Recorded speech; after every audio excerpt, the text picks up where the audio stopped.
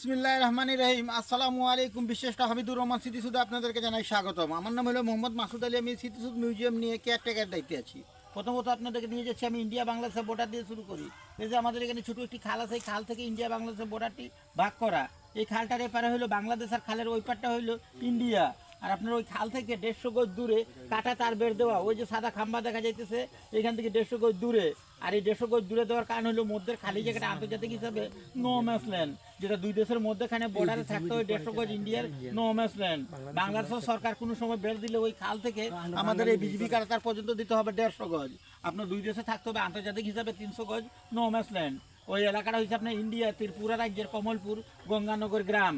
যে ত্রিপুরা আপনার সারা কুমিল্লা নিয়ে পড়ছে ওই এলাকাটা হচ্ছে ত্রিপুরা রাজ্যের কমলপুর গঙ্গানগর গ্রাম।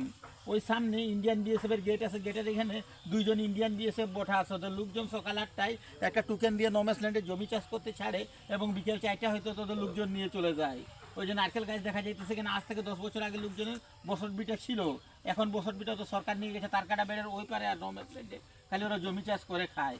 আমাদের এই খালের বাসে ঝুপঝাড় দিয়ে যেভাবে গেছে এইরকমই ইন্ডিয়া বাংলাদেশের বর্ডারটি ভাগ করা। তবে এগুলো হলো বাংলাদেশের নোম্যাসল্যান্ড জায়গা, চা বাগানে ডুকাবাদ করে খায়। আর এদিকে দেখেন ধান খেতের সাথে সাথে 3টে সীমান্ত পিলার। এই সীমান্ত পিলার লেখা আছে একবারে ইন্ডিয়া, একবারে লেখা আছে বাংলাদেশ। আর এই যে লাল সবুজ পতাকার এখানে ঐতিহাসিক জায়গা, 1971 সালে বিশেষ হামিদুর রহমান সাহেব এই জায়গায় গুলি খায় মারা যায়। তৎকালীন ওনার লাস্টটা যুদ্ধের সময় এখান থেকে 30 কিলোমিটার ভিতরে ইন্ডিয়ার আমবাসা নামক গ্রামে নিয়ে সমাধিত করে। আর ইন্ডিয়ার ওই আমবাসা গ্রাম থেকে পরে 2007 সালে বাংলাদেশের তত্ত্বাবধায়ক সরকার নিয়ে আসা হয়েছে ঢাকা মিরপুর বুদ্ধিজীবী কবরস্থানে। আর এই জায়গায় গুলি খেয়ে মারা গেছে বিধায় ওনার নামকরণে স্মৃতিফলক এবং মিউজিয়াম করা হয়েছে। বিশেষটা হামিদুর রহমানের বাড়ি ছিল আপনার ঝিনাইদহ মহেশখালী খোদ্দা খালিশপুর গ্রামে। বিশেষটা হামিদুর রহমান এখানে 4 নম্বর সেক্টরে মেজর সিয়াদ উত্তরান্ডারে যুদ্ধের জন্য আসছিল। বিশেষটা হামিদুর রহমানের যুদ্ধের সময় বয়স ছিল 18 বছর। যুদ্ধটা হয়েছিল ইন্ডিয়া বাংলাদেশের সাথে যৌথভাবে পাকিস্তানদের সাথে যুদ্ধ করেছিল।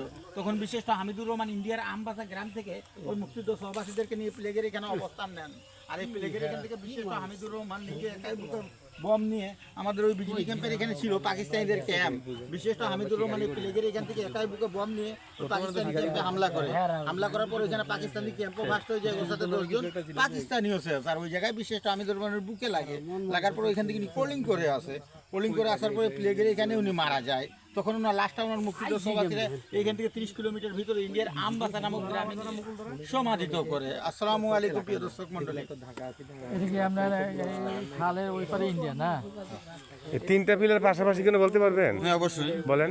এটা 3টা পাশাপাশি বলতে মনে করেন আমাদের এটা কিছু কিছু জায়গায় 3টা আছে, কিছু কিছু জায়গায় 10টা আছে, কিছু কিছু জায়গায় 11টা আছে, এরকম পিলারের ইয়েতে থাকে না একসঙ্গে 3টা। হ্যাঁ 1912 ইস পিলারের নাম্বার এগুলো। আমাদের এক জায়গায় 3টাও থাকে, এক জায়গায় 4টাও থাকে, 10টাও থাকে এরকম। স্বাভাবিক পিলার একটা থেকে কতটুকু দূরত্ব হয়? এইটা স্যার দূরত্ব বলতে এখানে যেমন এখানে 3টা আছে, আবার ওই সামনে আছে একটা, ওই যে এই জায়গাতে আছে একটা।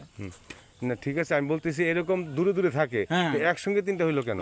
এটা থাকে স্যার অনেক সময় মনে করেন ওই যে পিলারের যে জায়গায় মনে করেন ইয়ে হয়ে যায়, জায়গা কম বেশ হয়, এটার জন্য মনে করেন একসাথে দেওয়া হয়, এক জায়গায় দেওয়া হয়।